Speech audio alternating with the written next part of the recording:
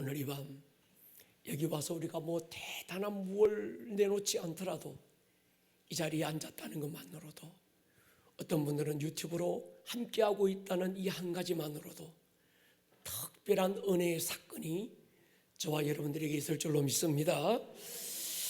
느헤미야 10번째 시간입니다. 여러분, 느헤미야와 팔복은 영성이 같이 갑니다. 영적 흐름이 같이 가고 영적 과정이 같이 갑니다. 그래서 우리가 팔복과 함께 우리가 이 말씀을 같이 읽었으면 좋겠습니다. 느헤미야 9장 1절로 8절 같이 한번 읽을게요. 시작. 그달 스무나흔 날에 이스라엘 자손이 다 모여 금식하며 굵은 베옷을 입고 티끌을 무릅쓰며 모든 이방 사람들과 절교하고 서서 자기의 죄와 조상들의 허물을 자복하고 이날의 낮 4분의 1은 그 자리에 서서 그들의 하나님 여호와의 율법책을 낭독하고 낮 4분의 1은 죄를 자복하며 그들의 하나님 여호와께 경배하는데, 레위 사람 예수아와 바니와 간미엘과 스바냐와 분니와 세레비아와 바니와 그나니는 단에 올라서서 큰 소리로 그들의 하나님, 또 레위 사람 예수아와 간미엘과 바니와 하삼느야와 세레비아와 호디야와 스바냐와 부다히야는 이르기를, 너희 무리는 마땅히 일어나 영원부터 영원까지 계신 너희 하나님 여호와를 송축할지어다. 주여, 주의 은혜로운 이름을 송축하올 것은 주의 이름이 존귀하여 모든 송축이나 찬양에서 뛰어남이니이다. 오직 주는 여호와시라. 하늘과 하늘들의 하늘과 이를 성신과 땅과 땅 위의 만물과 바다와 그 가운데 모든 것을 지으시고 다 보존하시오니 모든 천군이 주께 경배하나이다. 주는 하나님 여호와시라.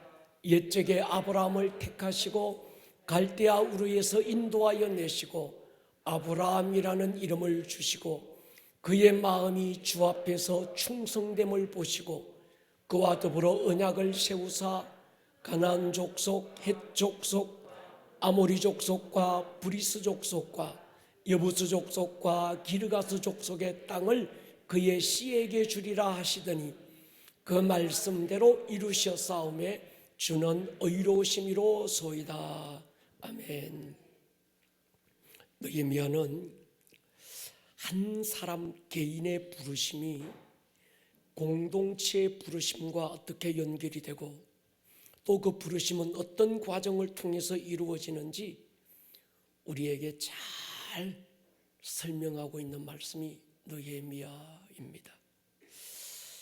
느헤미야 1장부터 3장까지는 부르심을 위한 준비 과정이죠. 오직 하늘의 하나님께 목도하고 금식과 기도로 부르심을 준비합니다.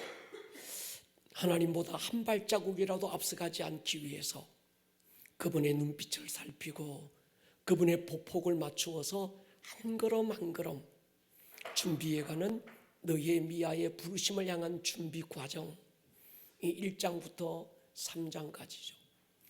그 다음에 4장부터 5장은 부르심의 길에 안팎으로 일어나는 대적들의 공격, 그리고 그에 맞선 느헤미야의 자세, 한 손에는 사역을 위한 연장을 들고 또 한 손에는 대적들과의 싸움을 위한 무기를 들고 밤과 낮으로 교대해가며 끝까지 부르심을 완수하기 위해서 최선을 다해서 달려가는 이 느헤미야의 모습. 그리고 6장은 문짝이 달리지 않았다. 문짝이 달리지 않은 그 결과가 안팎으로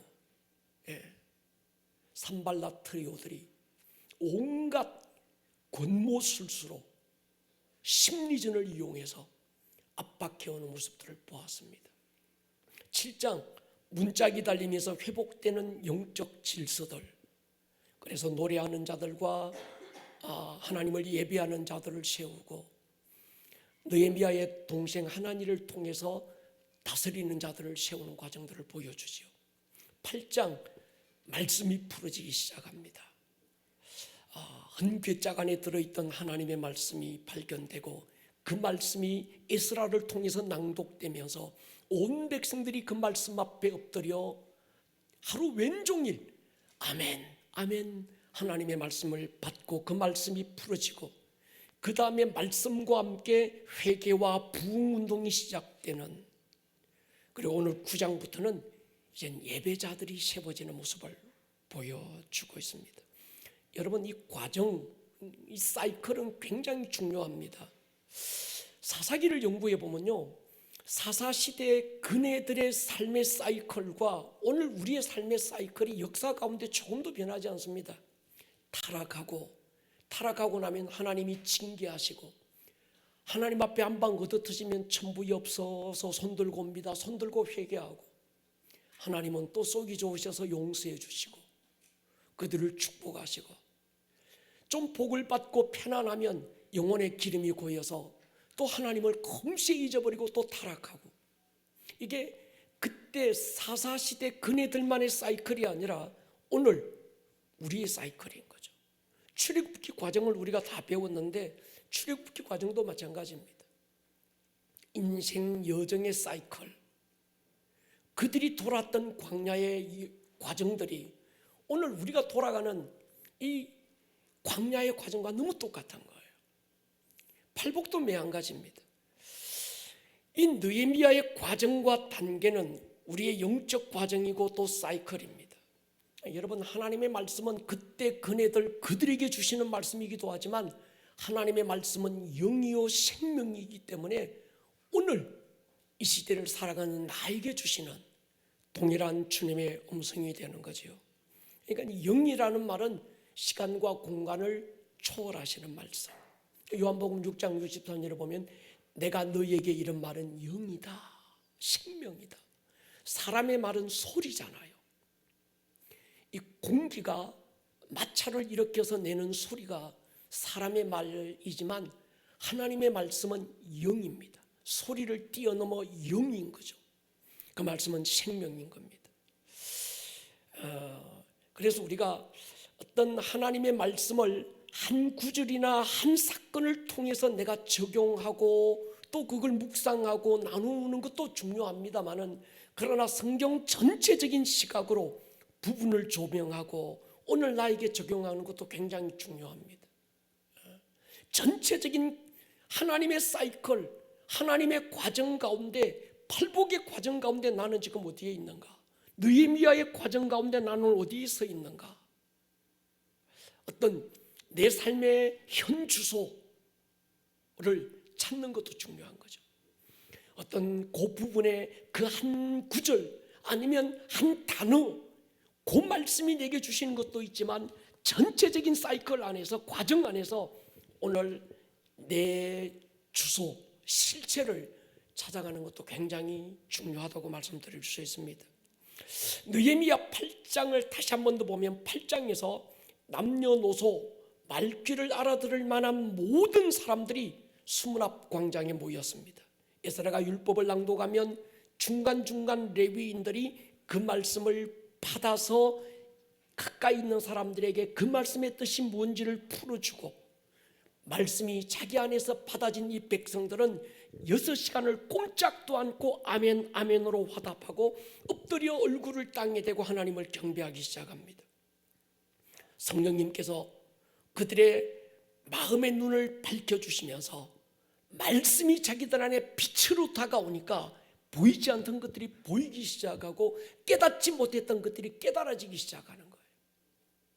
왜 그네들 조상들이 나라와 민족과 하나님이 주신 약속의 땅을 잃어버린 채 그들이 바벨론으로 포로로 끌려갔는지, 거기서 왜 그렇게 개고생하며 살았는지, 그 이유가, 원인이 말씀 앞에서 이게 적나라하게 드러나기 시작하는 거예요. 그러면서 그들이 통회하고 자복하기 시작하고 자기들만의 죄가 아니라 그들의 조상들이 지은 죄까지 들고 나와서 하나님 앞에 엎드려 회개하는 모습을 보여주지요. 그때 에스라가 그들을 위로하잖아요. 울지 마라. 오늘은 여호와의 성일이니 우리가 기뻐하는 것이 마땅하다. 여호와로 인하여 기뻐하는 것이 너희의 힘이다. 굉장히 아주 그 임팩트 있는 한마디를 던지는 거죠. 하나님으로 기뻐하는 것이 우리의 힘이다. 오늘 이 밤에 하나님으로 우리의 영혼 육 전체가 기뻐하는 밤이 될 수 있기를 축복합니다. 바벨론에서 돌아온 후 첫 번째 부흥, 수문 앞 광장의 부흥이 지금 일어나고 있습니다. 늦은 시간 그들이 자기 집으로 돌아갔다가 그 다음날 이른 아침에 누가 불러 모으지도 않았는데 여전히 말귀를 알아들을 만한 모든 백성들이 다시 그 수문 앞 광장으로 모여들었습니다. 그리고 다시 그들에게, 이스라엘에게 요청해요. 우리에게 또 말씀을 풀어주십시오. 여러분, 건강한 사람일수록 식욕이 왕성합니다. 병들면요 입맛이 없어요. 뭘 먹어도 맛없어요. 저희 어머님이 그러시더라고요. 이 목사, 늙으니까 뭘 먹어도 맛이 없네. 이 미각을 잃은 거예요. 이 병들고 늙으면 뭘 먹어도 이제 맛이 제대로 안 느껴지는 거죠. 그런데 건강한 사람은요, 양푼에 그냥 된장찌개 끓여서 넣고 막 산나물찌 넣고 막 먹어도 너무 맛있는 거예요. 우리가 영적으로 건강하면 영적 식욕이 왕성해집니다. 부흥이 뭔가? 말씀과 예배에 대한 갈망이 일어나는 거죠. 동의하십니까? 부흥은 사람 숫자 많이 모이는 게 부흥이 아닙니다. 에스라가 말씀을 또 가르쳐 달라고 영적 식욕을 드러내는 그들에게 제일 먼저 하는 게 뭔가 하면 절기를 가르쳐요. 느헤미야 8장 14절 15절을 보면 율법에 기록된 바를 본즉 여호와께서 모세를 통하여 명령하시기를 이스라엘 자손은 7째 달 절기에 초막에서 거할지니라 하였고, 또 일러서되 모든 성읍과 예루살렘에 공포하여 이르기를 너희는 산에 가서 감람나무 가지와 돌감람나무 가지와 화석류 나무 가지와 종려나무 가지와 기타 무성한 나무 가지를 가져다가 기록한 바를 따라 초막을 지어라 하라 한지라. 에스라가 초막절을 지키자고 제안합니다. 어제 큰 풍이 임하고 그들의 가슴이 막 뜨거워지고, 그래서 잠깐 집에 들어가서 잠자고 나와서 또 말씀을 가르쳐 주십시오 요구하는 그들에게 에스라가 제일 먼저 초막절기에 대해서 말씀을 해요. 16절에 보면요, 백성이 이에 나가서 나뭇가지를 가져다가 혹은 지붕 위에 혹은 뜰 안에 혹은 하나님의 전뜰에 혹은 수문 광장에 혹은 에브라임 문 광장에서 초막을 지키기 시작합니다. 레위기 23장에 보면 초막이 뭔지를 말씀했어요. 초막절, 이게 뭔 절인가? 초막절은 레위기 23장에 보면 7월 15일부터 7째 달 15일부터 한 주간을 지키는 겁니다. 지금 에스라를 찾아갔던 사람들이 에스라를 찾아갔던 시기가 7째 달 이틀입니다. 지도자들이 에스라를 찾아갔고 에스라는 그들에게 우리가 초막절을 지키자 해서 초막절기는 15일부터 시작됐으니까 13일간 그들이 초막절을 준비하고 드디어 15째 15일에 그들이 초막절기를 지키는 거죠. 이 초막절은 모세 이후로 처음 행한 것이었다고 성경은 기록합니다. 여러분, 이 초막절이 뭔가 하면 이 초막절은 그들이 애굽에서 종살이하고 있을 때에 하나님의 은혜로 유월절 큰 은혜를 입고 애굽을 뛰어나왔고 홍해를 건넜고 그 광야 40년 동안 하나님께서 그들을 어떻게 먹이시고 어떻게 입히시고 어떻게 인도하셨는지, 구름 기둥과 불 기둥을 통해서 어떻게 인도하셨는지를 그들이 잊어버리지 않기 위해서 이미 애굽을 나온 지 한참 세월이 지났고 그들은 가나안 땅에 거하고 편안한 가운데 있지만 그때 그 은혜를 잊지 않기 위해서 그들은 자기들의 집과 편안한 모든 안식처들을 그대로 두고 가족들을 데리고 광야로 나와요.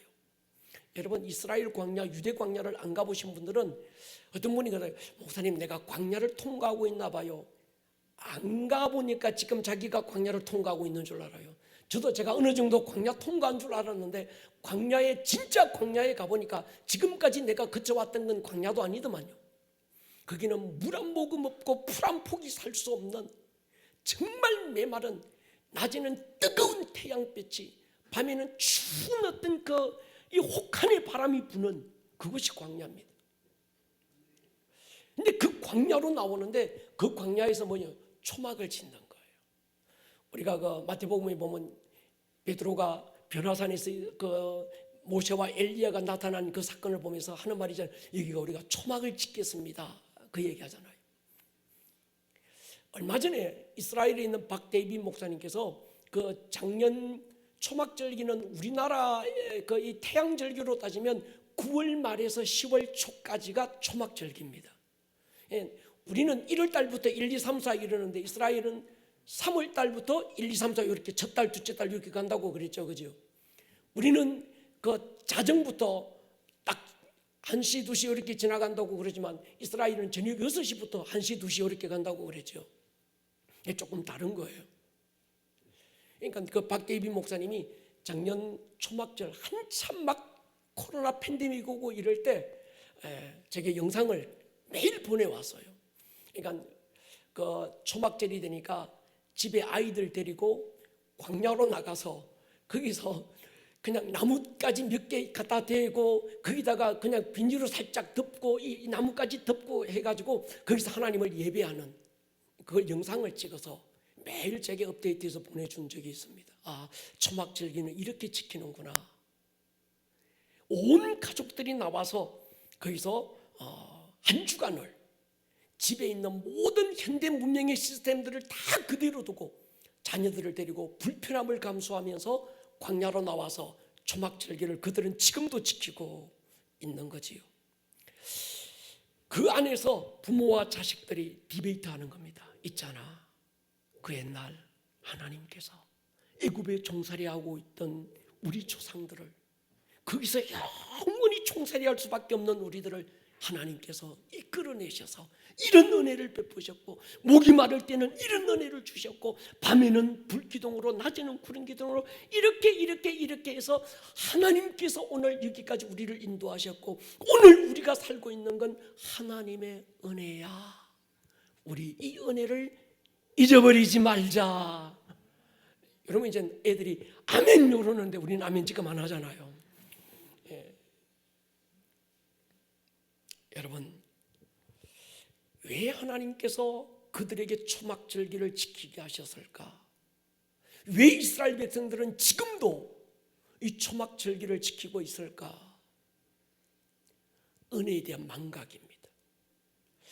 여러분, 우리가요 편안하면 없고 힘들고 막 어려울 때는 쭉 도와주셔야 삽니다. 주님 은혜로 내가 삽니다. 막 이랬다가 조금 사람이 가지고 조금 나아지고 조금 힘이 생기면 하나님의 은혜에 대한 갈망이 없어져. 지 잘나서 지가 그런 줄 알고 지 똑똑해서 뭔가 그렇게 된 줄로 착각하고 하나님 앞에 교만하고 거만하고 영혼의 기름이 고여서 그때는 은혜에 대한 감각도 느낌도 잃어버리는. 그래서 성경은 첫사랑을 기억해라, 첫 은혜를 잊지 마라. 이거 뭔가 하면 초막절기를 지키라는 거거든요. 할렐루야. 여러분, 우리는요 정말 잘 될수록 좋을수록 은혜를 기억할 수 있기를 축복합니다. 그런 것 같아요. 여러분, 우리가 이 초막절기는 환경적으로는 불편하지요. 결핍이고 어렵고 힘듭니다. 그런데 그들이 하나님 앞에서의 믿음의 중심을 잃지 않는 건 그 계기가 중요한 거예요. 광야에 나오면 모든 게 불편합니다. 물도 없지요. 화장실도 그냥 그 흙 파가지고 거기서 볼일 다 봐야 되지요. 모든 게 집에서는 틀면 뜨거운 물, 찬물 다 나오고 샤워물 다 나오고 그냥 가스, 전기 다 나오는데 광야에는 전기가 있습니까? 아무것도 없는 거예요. 그런데도 그들이 초막절기 안에서 환경적으로는 힘들고 육신적으로는 고달프고 다 불편하지만 영적으로는 최고의 컨디션과 충만한 때가 이 초막절기인 거예요. 제 목회 여정 30년 돌아볼 때 저는 지금이 가장 충만한 것 같습니다. 하나님의 마음이 읽혀지고 담대함이 생깁니다. 여러분, 개인적으로 스스로가 내가 지금 초막절기를 하나님 앞에 지켜야 되겠다라는 필요성을 느껴야 돼요. 주님의 음성이 가물가물해 오고 예배에 대한 감격이 식어지고 주를 향한 헌신과 그 마음의 열정이 내 안에서 계속 무디져 갈 때 스스로 광야로 나와야 됩니다. 그때 스스로 광야로 나오지 않으면 하나님께서 광야로 내모는 수가 있더라고요. 고난을 주고요. 그제서야 또, 그러니까 내 스스로 만드는 초막절기가 있는가 하면 하나님이 초막절기 안으로 강제로 막 몰아넣는 어떤 그런 경우도 있더라고요. 사랑하니까. 우리는 여러분, 나도 모르게 영적으로 느슨해질 때 예배 안 드려도 괜찮고 성경 읽어라 뭐라 그러는 거 그게 막 때로는 귀찮고, 나도 모르게 내 영적 느슨함이 생길 때 이 느슨함을 스스로 조이지 못하면 하나님은 징계를 통해서라도 우리를 조인다는 거예요. 할렐루야. 그러니까 여러분, 우리 스스로가 이 초막절기에 대한 내 스스로가 내 영적 상태를 정확하게 진단하고, 야, 지금은 내 스스로 이 초막절기를 지키기 위해서 내가 하나님 앞에 광야로 나가야 될 때다. 하나님 앞에 홀로 독대하고 모든 걸 접어두고 하나님 그분만 독대해야 될 때라는 영적 자각이 필요한 거예요. 동의하십니까? 근데 제가 한번 궁금했습니다. 느헤미야를 읽어보면 절기를 얘기하는데 제사가 없어요. 스룹바벨이 처음 바벨론에서 돌아왔을 때 에스라와 함께 성전을 건축하고 제일 먼저 한 일이 뭔가 하면 수소 100마리, 순양 200마리, 어린 양 400마리로 하나님 앞에 번제를 드립니다. 그런데 느헤미야가 짐승을 가지고 제사를 하자, 이 얘기가 없어요. 절기만 얘기하는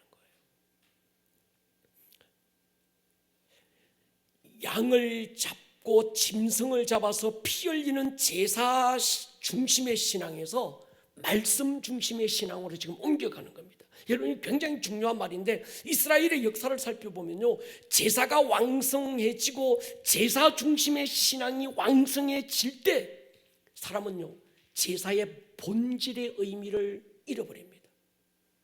그냥 의식이라고 하는, 제사라고 하는 맨날 양 잡고 양피 냄새 나고 오늘도 번제 드렸다, 화목제 드렸다, 소제 드렸다, 그냥 제사를 드렸다라는 의식에 만족해버리지 그 제사의 본질에 하나님께서 우리에게 말씀하시는 그 본연의 그 의미를 잃어버리기 쉬운 거예요.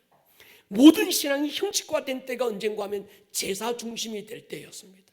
하나님께서 그들을 이방 나라로 흩으신 이유가 형식적으로 흘러버렸던 제사와 함께 그들의 신앙이 부패했기 때문인 거죠. 이방에 흩어진 그들은 제사 드릴 데가 없습니다. 그러니까 제사할 수 없으니까 말씀만 붙드는 거예요. 말씀 있고 자녀들과 디베이트하고 하브루타하고, 그러면서 그들이 모이는 거 하면 회당이라고 하는 곳이 모인 거예요. 전에는 성막이 모였는데 이방으로 흩어졌다 보니까 흩어진 거기에서는 하나님 앞에 제사할 수 있는 성막이 없고, 그러니까 회당이라는, 그래서 유대인들은 12명만 모이면 그 마을에 회당을 먼저 짓습니다. 시나고그라고 하는 회당을 짓고 거기서 말씀을 서로 디베이트하고 서로 나누고 하나님의 말씀을 서로 또 격려하고 그랬던 거지요. 이스라엘 백성들이 포로로 끌려가기 전 제사 중심의 신앙이었다가 포로로 끌려간 후에 그들이 제사 중심이 아니라 말씀 중심으로 신앙의 본질이 회복됩니다. 그러다가 또 그들이 돌아오고 난 다음에 또 신앙이 또 변한 건 언젠가 하면 예수님 때, 헤롯 때 또 변하는 거죠. 역시 또 제사 중심으로 돌아가는 겁니다. 그러니까 예수님이 마태복음 21장에 보면 공생애를 처음 시작할 때 뭡니까? 성전에 들어가서 제사 지내는 것, 돈 바꾸는 것 다 흩어버리고 양 비둘기 다 쏟아버리고 내 집은 만민이 기도하는 집이라고 선포하는 거죠. 나중에 가톨릭이 제사와 의식 중심의 신앙으로 변질됐을 때 독일 있는 루터, 영국 칼빈, 체코의 야누스 같은 사람들을 통해서 개혁하면서 또 말씀으로 돌아가자. 그러니까 제사 중심이었다가 그 제사가 또 그들에게 의식화되고, 의식화되니까 신앙의 본질은 잃어버리고 형식만 남으니까 또 하나님께서 그들에게 말씀으로 돌이키게 만들고, 돌이키는 그 과정은 또 고난이 오는 거죠. 계속 이게 반복되는 거예요. 여러분, 오늘 이 시대도 마찬가지입니다. 저는 지금의 코로나, 하나님 왜 우리에게 허락하셨을까? 우리의 신앙이 너무 형식화되고, 우리의 신앙이 너무 인본적으로 빠지고, 우리의 신앙이 너무 형식화되기 때문에 하나님께서 다시 본질의 말씀으로 돌아가게 하시는 때가 바로 지금인 줄로 믿습니다. 거품 걷어내고 가라지 쭉정이 아주 걸러내고 초막절을 하나님은 통과하게 하시는 과정이 바로 이 코로나 시즌이다 하는 생각이 들어요.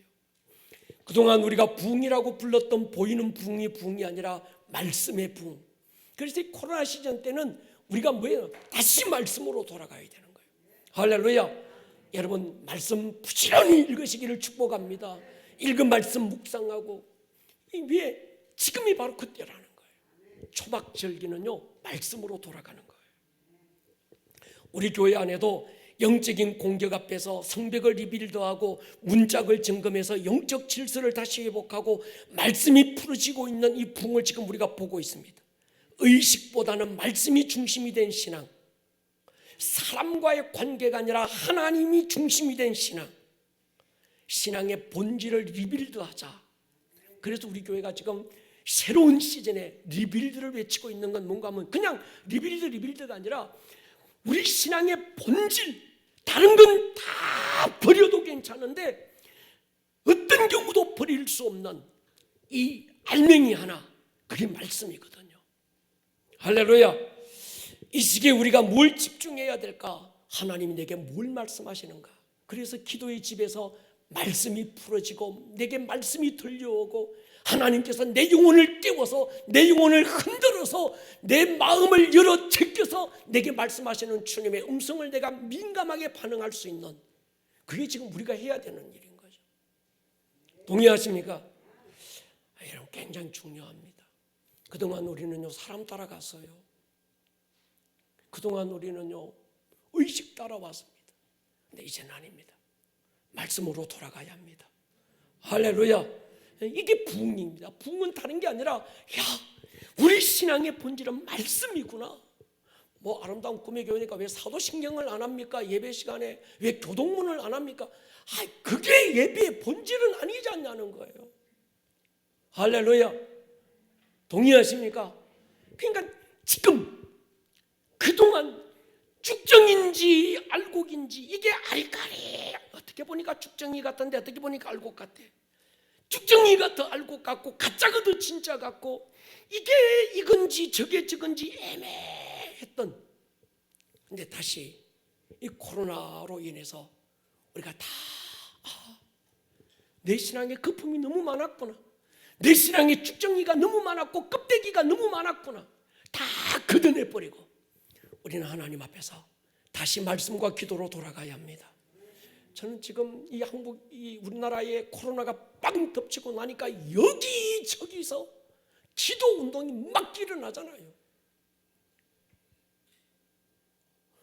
보니까 뭐 몇만 개 교회들이 동시다발적으로 뭐 모일 수 없으니까 그 인터넷을 통해서, 유튜브를 통해서 몇만 개 교회가, 한국 교회들이 일시적으로 일어나서 막 여기서 기도운동이 일어나고 저기서 기도운동이 일어나고 여기서 다시 말씀으로 돌아가자 막 하는 건, 이건 사람이 하는 게 아닌 것 같은 거예요.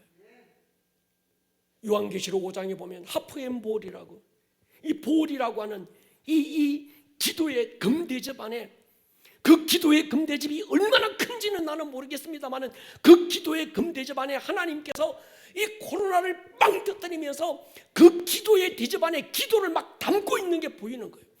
뭐 전에 저기 어디입니까? 저기 오륜교회를 중심으로 해서 수만 개 교회들이 한꺼번에 막 동시다발적으로 기도가, 그러니까 그 하나님의 보좌 앞에 그 금대접 안에 기도가 막 고이고, 또 저기 어디입니까? 뭐 이 또 거기 뒤에 라이트하우스에서도 기도운동이 뻥 터지고 나니까 거의 또 수만 명이 동시에 접속해가지고 같은 기도 제목 가지고 와글와글 기도하고 여기저기서 막 하는 건 누가 짜고 누가 뭐 어떤 이런 계획을 하고 만든 게 아니라 하나님께서, 할렐루야, 그 기도의 금대접 안에, 왜? 그 기도의 대접 안에 기도가 차면 그때부터 뭡니까? 그 대접이 풀어지기 시작하면서 마지막 때 하나님의 그 이 엔타임이 시작되는 거거든요. 여러분, 그게 부흥입니다. 그러니까 우리가요 지금 대충 그저 뭐 평소 때처럼 신앙생활을 하고 그럴 때가 아니라는 얘기죠. 귀가 열릴 수 있기를 주의 이름으로 축원합니다. 느헤미야 9장 그달 29날에, 일곱째 달 29날, 느헤미야에 나오는 두 개 절기가 있는데 하나는 나팔절이고 하나는 초막절입니다. 나팔절에 나팔을 불면서 시편 89편 15절 말씀을 대제사장이 선포합니다. 즐겁게 소리칠 줄 아는 백성은 복이 나니 여호와여 그들이 주의 얼굴빛 앞에 다니리로다. 대제사장이 서서 시편 89편 15절 말씀을 빵! 우리는 그냥 즐겁게 소리칠 줄 아는 백성은 복이 나이다 이러는데 원어에 보면 복이 있을지어다, 복이 있어라 이러면서 그 다음에 즐겁게 소리칠 줄 아는 백성아 여호와여 그들이 주의 얼굴이 빛 안에 다닐 것입니다. 막 이래서 첫 선포가 복이 있으라 이렇게 선포하는 거예요. 우리가 요즘 팔복에서 복을 선포하잖아요. 복이 있기를 주의 이름으로 축원합니다. 그러니까 초막절에 복이 있으라 이 한마디로 초막절이 쫙 시작되는 게 초막절기의 모습인 거죠. 우리도 이 코로나 시즌에 이 초막절기 앞에서 우리는 복을 선포해야 될 줄로 믿습니다. 그래서 우리가 이 성교회 파수꾼 우리 여성교회에서 아마 이번 주에 광고가 나갈 거예요. 팔복을 암송하자. 그래서 그게 각 목장 안에서 이벤트와 함께 팔복을 암송하는 걸 영상으로 찍어서 우리 여성교회로 메일로 보내면 그걸 가지고 잘 우리가 누가 1등인지 아닌지 해서 이제 선물을 드리려고 그럽니다. 그걸 가지고 자꾸 목장 안에서 그 이벤트가 중요한 게 아니고 거기서 복을 선포하는 거예요. 할렐루야. 가정 안에서 이 초막절기 안에 복이 선포될 수 있기를 축복합니다. 여러분들의 목장 안에서 복이 선포될 수 있기를 주의 이름으로 축원합니다. 다시 느헤미야로 돌아가 보면 7월 21일까지 초막절기를 지키고 다음 날 22일에 그들이 또 모입니다. 그리고 하루 지난 그 다음 날 24일에 또다시 성회로 모여요. 느헤미야 9장 1절 보시죠. 그달 29날에 24일에 또 모이는 겁니다. 그들이 모여 금식하며 굵은 베옷을 입고 티끌을 무릅쓰고 이방 사람들과 절교하고 서서 자기와 조상들의 죄를 자복했다. 이게 뭔가 하면 지금 느헤미야 6장에서 문짝이 달리지 않았다, 막 우겨쌈을 당했다, 7장에서 문짝 달리면서 그때부터 말씀이 풀어지고 은혜가 점점 지금 깊어지고 있는 거예요.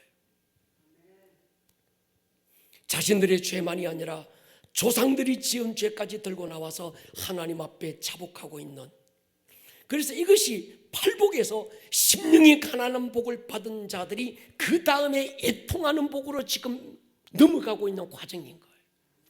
자세한 건 이번 주일날 애통하는 자가 받는 복에 대해서 은혜가 있기를 축복합니다. 우리가 이번 주일 나대배 때 애통하는 자가 받는 복에 대해서 알려면 회개가 뭔지를 좀 아셔야 합니다. 여러분, 회개에 대한 정확한 개념, 회개는 회와 개가 합해져서 회개를 이루는데, 회는 후회하고 속상해하고 가슴치고 뉘우치는 그건 회입니다. 근데 되게 많은 사람들이 회에서 머물러요. 회에서 머물면 안 되고 개로 나가야 되는데, 개가 뭔가 하면 다시 돌이키는 것, 원점으로 돌아가는 것. 후회도 하고 뉘우치기도 하고 속상해하기도 하고 가슴을 치는 것으로 끝나는 것이 아니라 그건 회고 이젠 원점 처음 상태로 되돌아가는 게 개지요. 당자가 아버지 집에 있을 때 양식이 풍족한 풍군들이 얼마나 많은가. 자기는 지금 이방에 나와서 돼지가 먹는 지엄 열매로 겨우 줄인 배 흙이짐을 채우면서 지금 줄여 죽게 됐구나 막 회하잖아요. 회개. 뉘우치고 우리 아버지 집에는 얼마나 양식이 풍족한 사람들이 많은데 내가 지금 오늘 이렇게 정말 개고생하고 있구나. 그것으로 끝나는 게 아니죠. 이에 일어나 아버지께로 모여 돌아가니라. 여기서 개가 이루어지잖아요. 탕자가 돌아가지 않고 날마다 회만 했다고 한다면 의미가 없는 거예요. 하나님의 역사는 회와 함께 개가 이루어져야 합니다. 근데 우리는 회는 잘하는데 개를 잘 못해. 따라하십시다. 회도 하고 개도 하자. 예, 회는 감정의 영역에서 일어나는 일이고 개는 의지의 영역에서 일어나는 거예요. 동의하십니까? 그러니까 감정의 영역이 의지의 영역으로 옮겨가야 되는데 감정의 영역에서 계속 머물러만 있는 거예요. 우리는 감정의 영역에서 의지의 영역으로 옮겨가야 되고 뛰어넘어서 우리의 영으로 반응해야 될 줄로 믿습니다. 그러니까 여러분, 애통, 이번 주일날 우리가 더 깊이 들을 수 있겠습니다만 회개, 애통, 이건 은혜의 선물입니다. 무슨 말인가 하면요, 어느 누가 예배드리고 기도하다가 가슴 치고 회개하는 걸 보면 이렇게 말해요. 저 사람이 도대체 무슨 너무 큰 죄를 지었길래 저렇게 울고 저렇게 가슴 칠까. 그래, 내가 뒷조사를 한번 해봐야 되겠어요. 저 사람이 도대체 무슨 너무 큰 죄를 저렇게 지었을까 생각합니다. 아닙니다.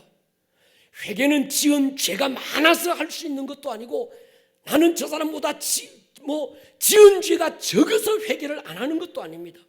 십자가의 강도 보십시오. 마지막 죽음의 순간에 자기 곁에 계신 주님이 가장 가까이 계시잖아요.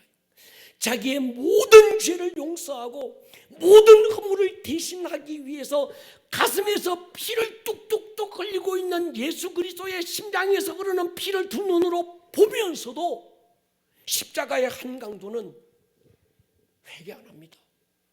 마음이 강팍해져요. 그러면서 뭡니까? 예수님을 조롱하고 막 원망하잖아요. 여러분, 회개는 지은 죄가 많기 때문에 회개하고 나는 지은 죄가 저 사람보다 덜해야 그래서 나는 회개할 게 별로 없어 그래서 회개를 안 하는 게 아닙니다. 애통하는 자, 이건 하나님이 주시는 선물인 거예요. 바울은 그의 인생에 이렇게 고백합니다. 내가 죄인 중에 괴수다. 바울 인생의 말년 믿음으로 달려갈 길 다 달려간 노장이 무슨 지은 죄가 많아서 스스로를 나는 죄인 중에 괴수라고 고백했겠어요. 더 깊은 은혜 안에 머물면서 전에는 보이지 않고 죄라고 느껴지지 않던 미미한 것들조차 바울의 눈에 죄로 보여지기 시작하는 거예요. 여러분, 회개는 누가 하는지 아십니까? 은혜에 깊이 머물면 머물수록 뜰에서 성소로 들어가면 더 회개할 게 많고 성소에서 지성소로 들어가면 더 회개할 게 많은 거예요. 할렐루야. 저 사람은 죄처럼 안 여겨지는데 내 영적 상태가 밝아지고 내 눈이 밝아지고 나니까 전에는 안 보이던 게 보이는 거예요. 여러분, 연세 드신 어르신들이 집에서 보면 좀 이게 청소도 제대로 안 하고 지저분하게 보이는데 그분들이 지저분해서 지저분한 게 아니라 노안이 와서 안 보여서 지금 모르는 거예요. 할렐루야. 그럴 땐 지가 하면 돼. 왜 안 하냐고 할 필요 없어. 마찬가지입니다. 제가 백내장 수술을 했는데 백내장 수술을 하고 나니까 아침에 눈을 떴는데 시계가 보이는 거예요.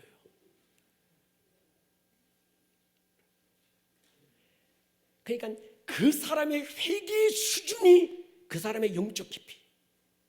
동의하십니까? 내가 뭔 죄인이야. 여러분, 내가 죄인이라고 생각하기가 쉬울까요? 어려울까요? 굉장히 어렵습니다. 물어보십시오. 지나가는 사람 붙들고 너 죄인이야. 그러면 기다리게 하면 얼어 터지는 거예요. 내가 뭔 죄인이고. 지가 죄인인 줄 몰라. 그러니까 죄인이라고 하는 건 아무나 내가 죄인이라고 고백할 수 있는 게 아니라 하나님께서 지혜와 계시의 영을 부어주시면 하나님이 보이고 마음의 눈을 밝혀주시면 내 꼬라지가 보이는 거예요. 그 눈이 밝아지면 밝아질수록 보이지 않던 허물들이 다 드러나기 시작하는 거예요. 그러니까 심령이 가난한 복을 받지 못하면 애통할 수가 없는 거죠. 우리는 회개를 사랑하는 자가 되어야 될 줄로 믿습니다. 복받은 자만 할 수 있는 것이 회개라고 하는 거예요. 자세한 건 주일날 듣기를 원하고요. 여러분, 코로나 시즌은 초막 시즌입니다. 다시 말씀 앞으로 돌아가서 자신을 한번 살펴봐야 됩니다. 내가 하나님 앞에 뭐가 막혔나? 내가 하나님 앞에 지금 뭐가 매듭처럼 묶여있나? 지금 풀어야 될 게 뭔가? 그들이 마음의 눈이 밝아지고 말씀이 풀어지고 마음의 눈이 밝아지기 시작하니까 그때부터요 매듭이 보이기 시작하는 겁니다. 아, 이 매듭이 내게 있어서 이랬구나. 저 담이 가로막혀서 내가 지금 이랬구나. 이게 보이기 시작하는 거예요. 여러분, 코로나 시즌에 이걸 발견할 수 있기를 주의 이름으로 축원합니다. 가진 것, 배운 것, 안다고 했던 모든 것 뒤로 하고 광야로 나가서 얼기설기 나무까지 얹혀놓고 가난한 심령으로 하나를 바라볼 수 있는 사람, 그때서야 내 영혼에 민낯이 보이는 거죠. 하나님이 그거 보라고 그들을 또 광야로 몰아서 초막절을 지키게 하는 거예요. 하나님이 그거 보라고 코로나 시즌에 때로 우리의 모든 민낯을 그대로 드러내게 하는 줄로 믿습니다. 저는 지금이 정말 우리의 마음이 말씀으로 돌아가야 하는 때가 지금이라고 믿습니다. 그래서 팔복을 느헤미야와 함께 영적 차원에서 열어주시는 이유가 있는 거지요. 여러분, 이 기회를 놓치지 않을 수 있기를 주의 이름으로 축원합니다. 인간의 역사는 에덴부터 지금까지 죄악의 역사잖아요.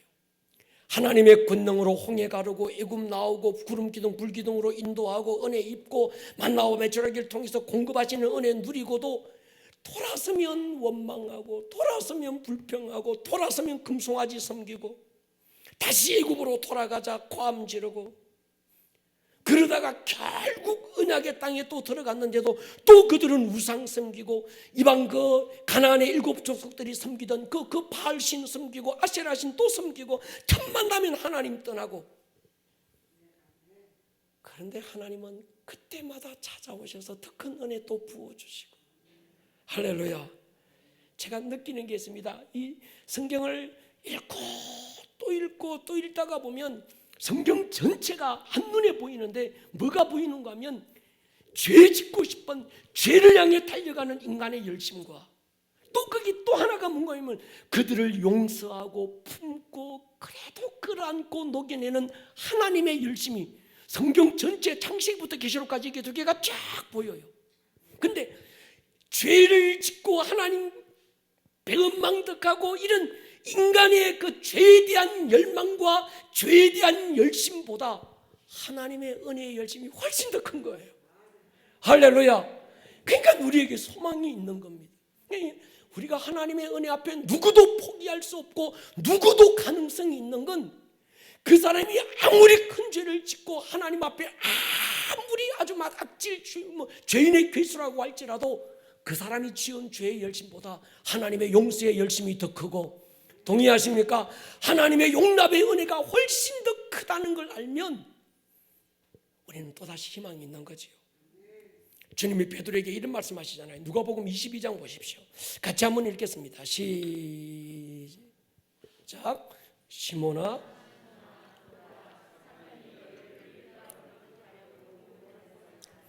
그러나 내가 너를 위하여 내 믿음이 떨어지지 않기를 기도하였노니 너는 돌이킨 후에 내 형제를 굳게 하라.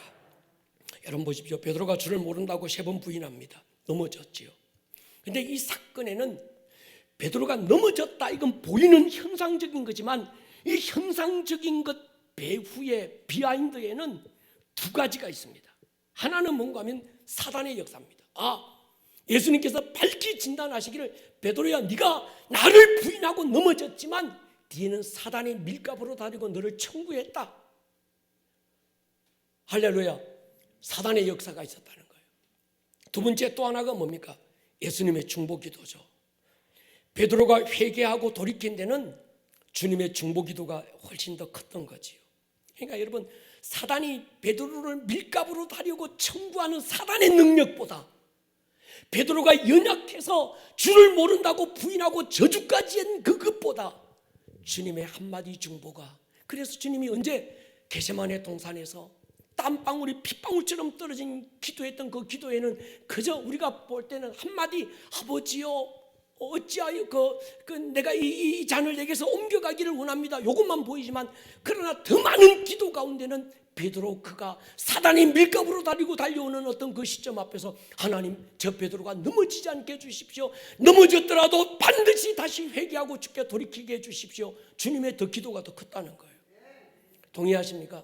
우리가 두려워할 필요 없습니다. 원수가 뭐 온갖 우겨 싸움을 당하고 거꾸로 뜨림을 당하고 망하는 것처럼 우리를 막 뒤흔들어대고 뭐 동서남북 바람이 막 불어와도 주님은 오늘도 우리를 위하여 한마디 중보하시는 그 기도의 능력이 훨씬 더 큰 줄로 믿습니다.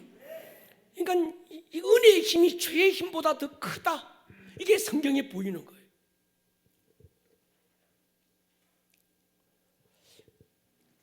다시 9장으로 돌아와 보면요, 온 이스라엘 백성들이 말귀를 알아들을 만한 모든 사람들이 수문 앞 광장에 모였습니다. 느헤미야는 그들의 무너졌던 보이는 성벽은 재건했지만 그들 안에 무너져 있는 하나님을 향한 신앙을 리빌드하는 거죠. 1장부터 3장, 자꾸 제가 이 과정을 설명하는 이유가 있습니다. 예루살렘 성벽을 위한 준비, 4장부터 6장 본격적 성벽 재건 공사 진행, 대적들의 공격이 오고, 7장 8장 문짝 달고 말씀 회개 절기를 회복하는 부흥을 경험하고, 9장부터는 진정한 예배가 리빌드되는. 그래서 우리 교회를 내가 한번 봤습니다. 하나님, 우리 교회는 지금 느헤미야를 기준으로 보면 우리 교회는 지금 느헤미야 몇 장입니까? 할 때 드디어 9장까지 온 거예요. 아멘입니까? 목사님, 나는 아직 느헤미야 1장이에요 이런 사람도 있겠지만, 전체적으로 교회 시즌을 볼 때 할렐루야, 우리는 이 코로나가 터졌을 때 모든 걸 리셋하자, 모든 걸 리셋하고 리스타트하고 리바이벌을 부르짖자. 그래서 10days 리바이벌을 막 외치고 왕의 대로를 준비하자, 확 포함지로 리빌드의 시즌이다 할 때, 전체적으로 우리 교회적으로 볼 때는 기도의 집이 세워지고 성벽 위에 파수꾼들이 이젠 우리 교회만이 아니라 이 도시를 위해서 충보하고, 이 도시가 하나님의 것이 되게 만들고, 하나님의 것은 하나님의 것으로 우리가 믿음으로 막 선포하는, 우리는 기도의 집을 통해서 더 깊어졌지만 성벽 위에 올라서서 더 넓어지고, 할렐루야, 우리의 영향력은 더 크게 될 줄로 믿습니다. 이 9장 보면 이젠 레위인들이 회복되기 시작해요. 그래서 우리 교회도 여러분, 우리 오하비 아이들이 10시부터 보면 10시 반부터 이 조그마한 것들이 뭐 한다고 말이죠. 1시간씩 1시간 반씩 계속 예배하고, 우리의 다음 세대를 통해서 하나님이 레위인들을 다시 세우기 시작하는 거예요. 동의하십니까? 여러분, 기도의 집을 사모하세요.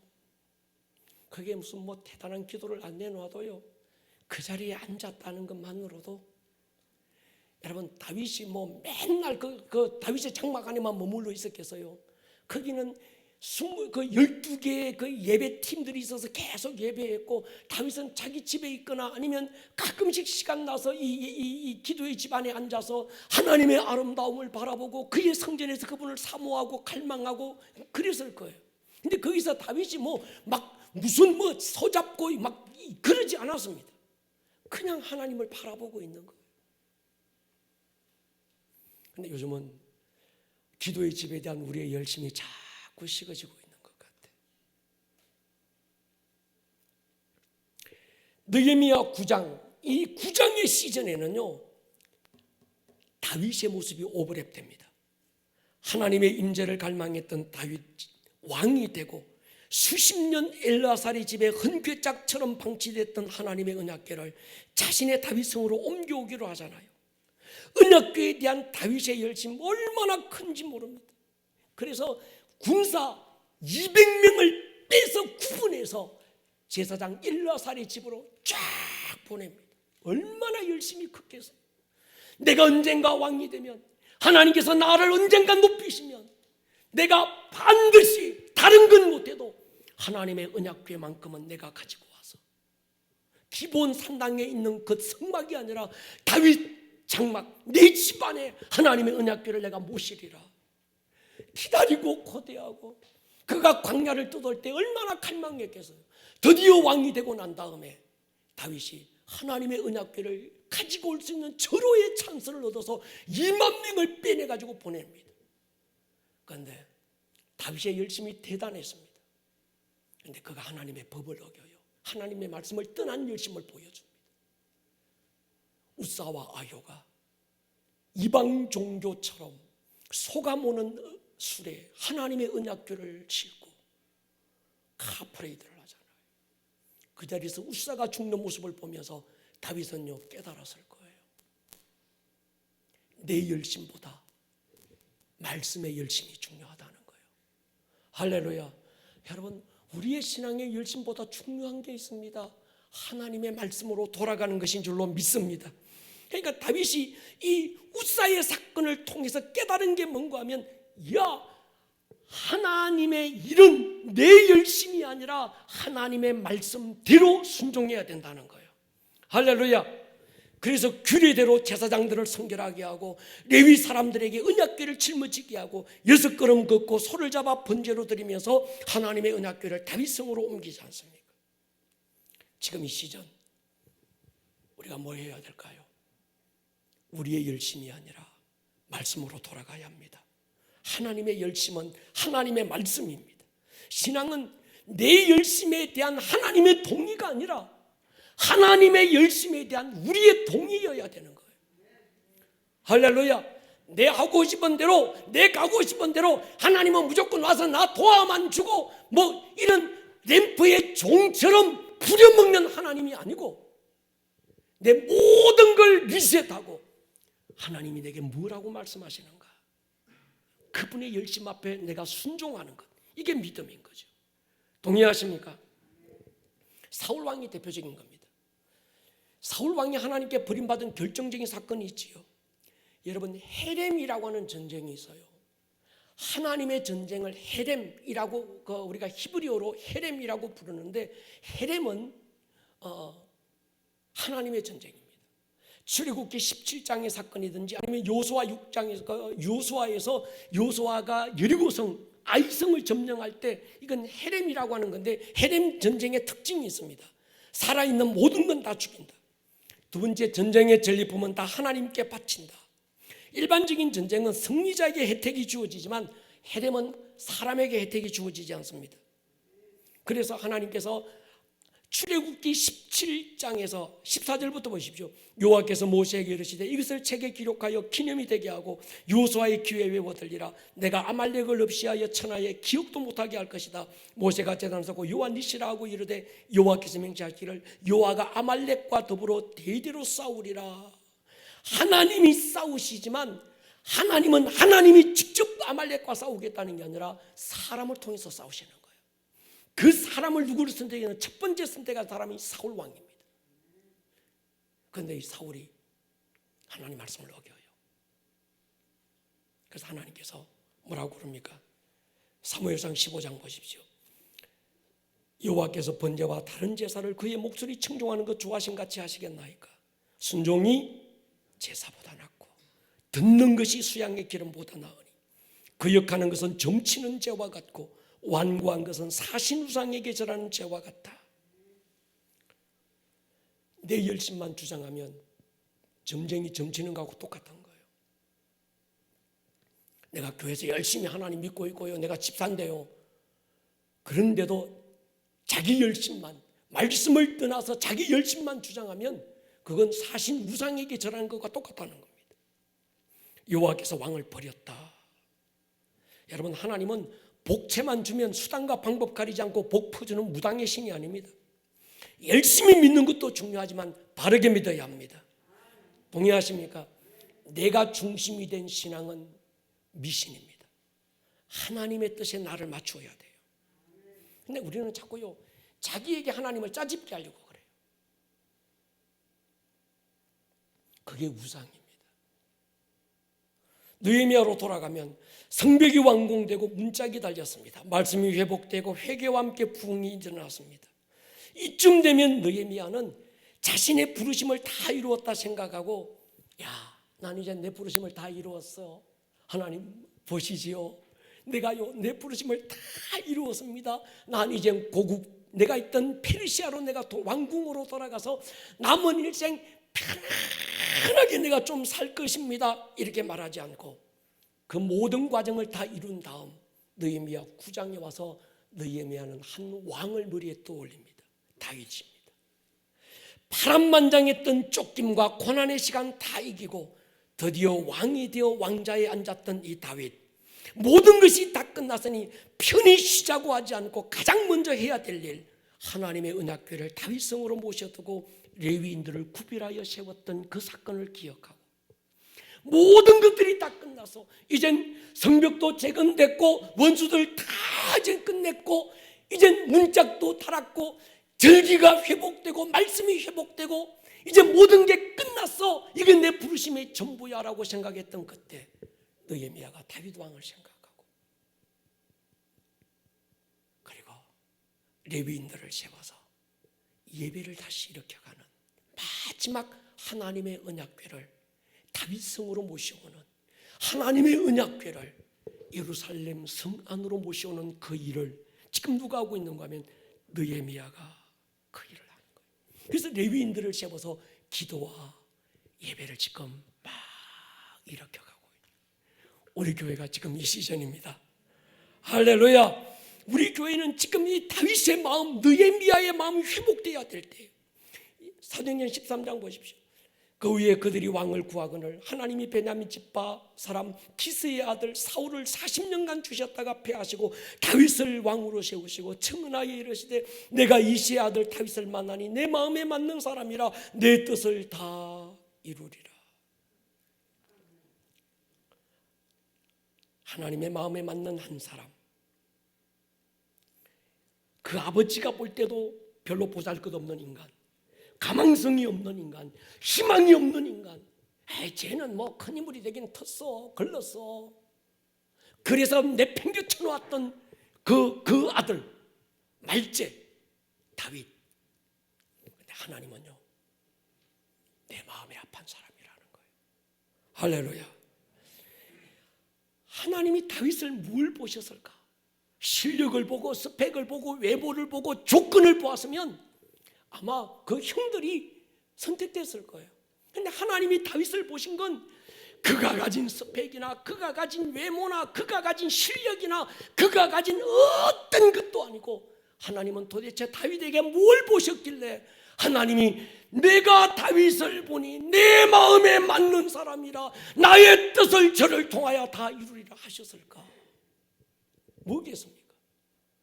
실력일까요? 외모일까요? 스펙일까요? 아닙니다. 원딩,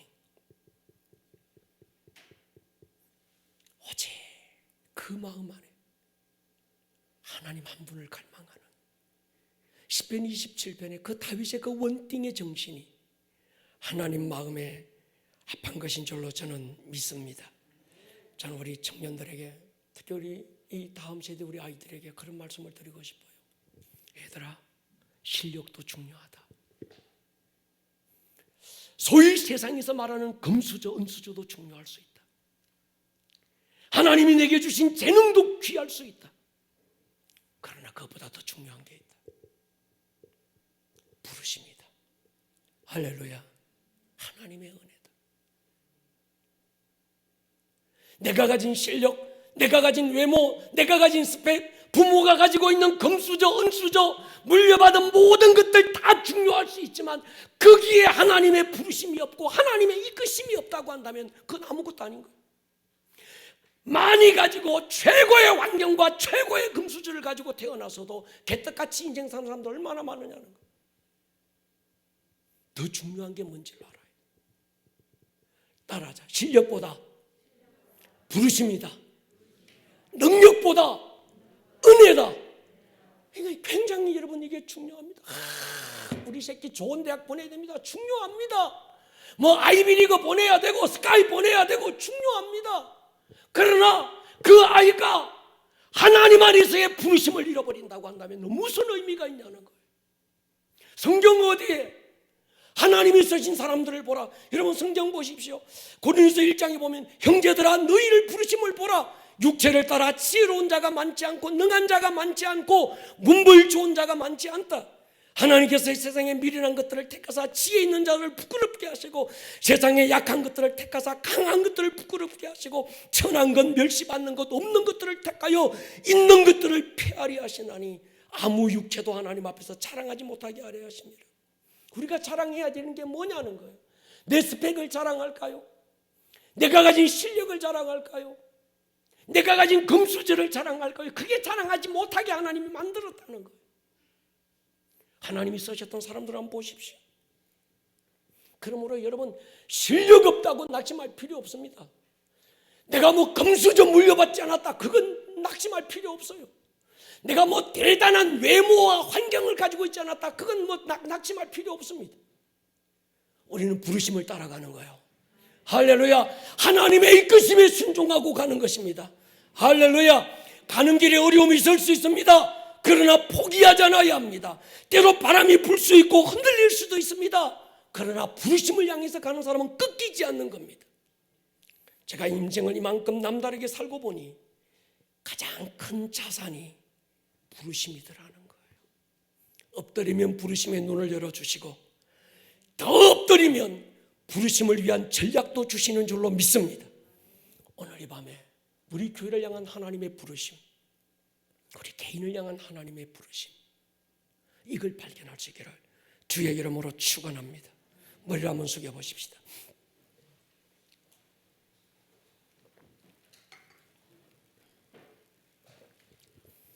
여러분들이 제가 보니까 그러더라고요. 가장 큰 자산은 확신입니다. 하나님이 나를 선택하셨고 하나님이 나를 부르셨고 아름다운 꿈의 교회에 심으셨고 이 확신, 신뢰자본, 이것이 어떤 것보다 가치 있는 자산이고 힘 있는 자산입니다. 여러분 아름다운 꿈의 교회 여러분들이 그냥 나온 게 아닙니다. 하나님의 부르심이 있어서 아름다운 꿈의 교회 집사님이 되셨고 청년들이 됐고 우리 청소년들이 된 줄로 믿습니다. 이 목사도 마찬가지입니다. 우리는 공동의 부르심을 따라서 한 공동체가 연합이 됐습니다. 이 부르심을 확신하는 일이 중요합니다. 이 밤에 느헤미야가 그의 부르심을 다 이룹니다.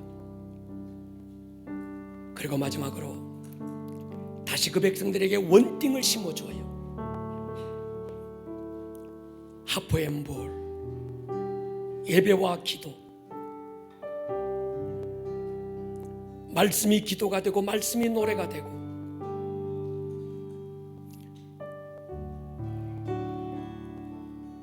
그때 이 예루살렘 성은 막강 하나님의 군대가 됐습니다. 이 밤에 여러분 우리는 하나님의 군대고 하나님의 부르심을 받은 자들입니다. 주가 나를 선택하셨고 주가 나를 부르셨고 난 잘 모르지만 깨닫고 붙잡혀 순종하고 나가는 이 발걸음마다 주님이 역사해 주십시오. 이제 우리 교회 이 시즌에 내 가정의 시즌이 되게 해주십시오. 느헤미야 9장의 시즌이 주여 내 개인의 시즌이 되게 해주십시오. 예배가 부러지게 해주십시오. 기도와 예배가 다시 살아나게 도와주십시오. 원팅 느헤미야가 모든 것이 끝났던 그때 한 왕 다윗을 생각했던 것처럼 주님 우리 교회 안에 이 시즌에 느헤미야 9장의 이 사건이 풀어지게 해주십시오. 내 개인도 내 가정도 내 자녀들도 주의 이 시즌을 따라서 함께 하나님과 동행할 수 있게 해주십시오. 여러분 두 주먹 불끈 한번 움켜쥐십시다. 그리고 기도하십시다. 우리가 엎드리면, 우리가 부르짖으면 이 확신을 주실 것입니다. 주여 능력을 베푸어 주십시오. 하늘을 흔들어 주십시오. 영적 세계의 엄청난 지각 변동이 주여 이 도시의 공기가 달라지게 도와주십시오. 주여 한번 부르고 통성으로 기도합니다. 주여